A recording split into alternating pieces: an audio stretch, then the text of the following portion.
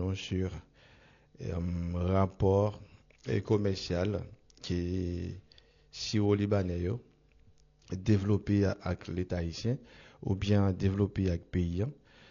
Et nous allons regarder ensemble trajectoire, yo, en fait, période d'intégration, yo, les été arrivés sur le territoire là, et comment ils été arrivés, et combien ils été, comment ils ont évolué. Et par la suite, il y a d'autres phénomènes, en fait, il y a d'autres phénomènes qui vont arriver, qui vont faciliter la tâche pour être capable non seulement arrêter sur ce territoire, mais exploiter et marché commercial haïtien. Donc, c'est Jean capable de lire, en fait, comme titre qui gagne dans la live là. C'est les Syro-Libanais et l'État haïtien, quel rapport commercial et politique. Donc, c'est toute une histoire, en fait, c'est une histoire très très longue, parce que ça a pu se passer un siècle depuis que nèg yo te fait première apparition yo sur le territoire haïtien.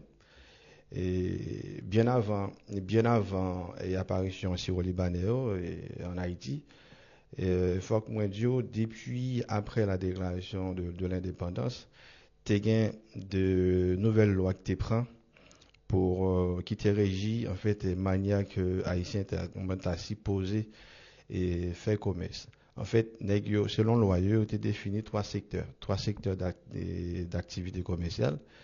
Et premier secteur là, c'est yobal non ça, c'est secteur consignataire. Et secteur ça, il te à ouais pour lui gérer et importation et exportation et produits ou bien services pour le pays d'Haïti. C'est-à-dire, bon, il a exporté denrées que haïtiens cultivées et il a importé aussi en fait des choses que haïtiens peut-être en nécessité.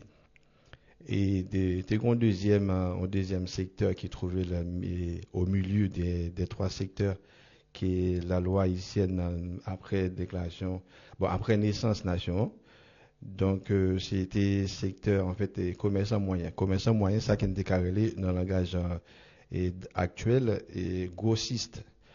Et yoteré commerçant moyen. Et en dernier lieu, tu gagné et détaillant qui c'est petits commerçants yo. Ça nous les petits commerçants, les monde cap dégagé dans la ria.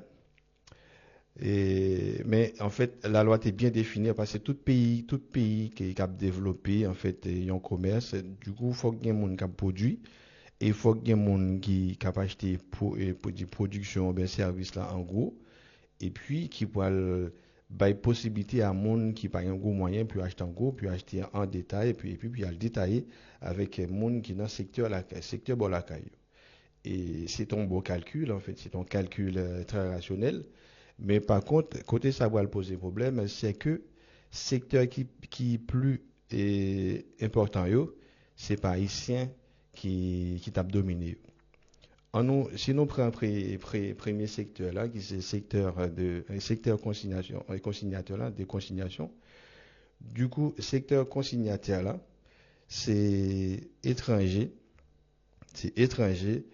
qui tape dominé. C'est les Américains, les Anglais, les Allemands, les Français.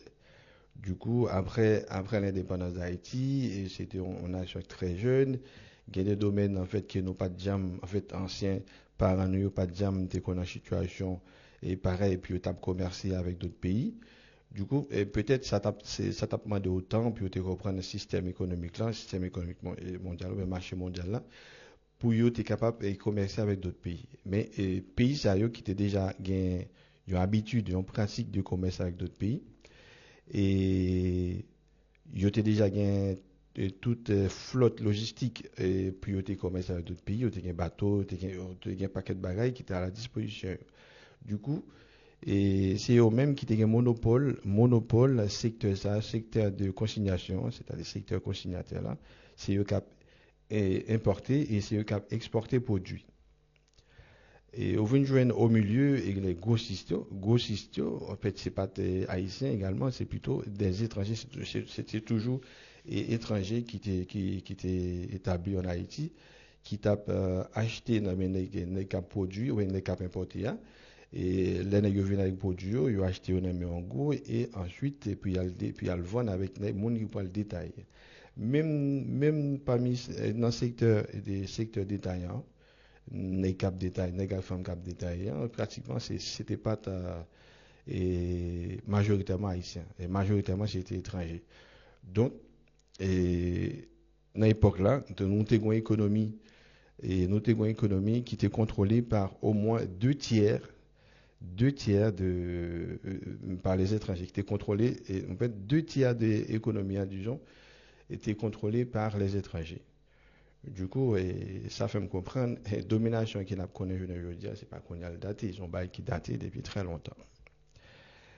T'es une première tentative qui était faite en fait. Et président Alexandre Pétion, t'es fait une première tentative pour lui retirer secteur et consignateur là dans mes étrangers, ben pour lui diminuer puissance nègre et dans le secteur ça, il était choisi et créer en fait une expédition et qui pour exporter produits et denrées alimentaires qui haïtiens produits vers d'autres pays. Tu as plusieurs flottes qui t'ont allé en Angleterre et en Allemagne.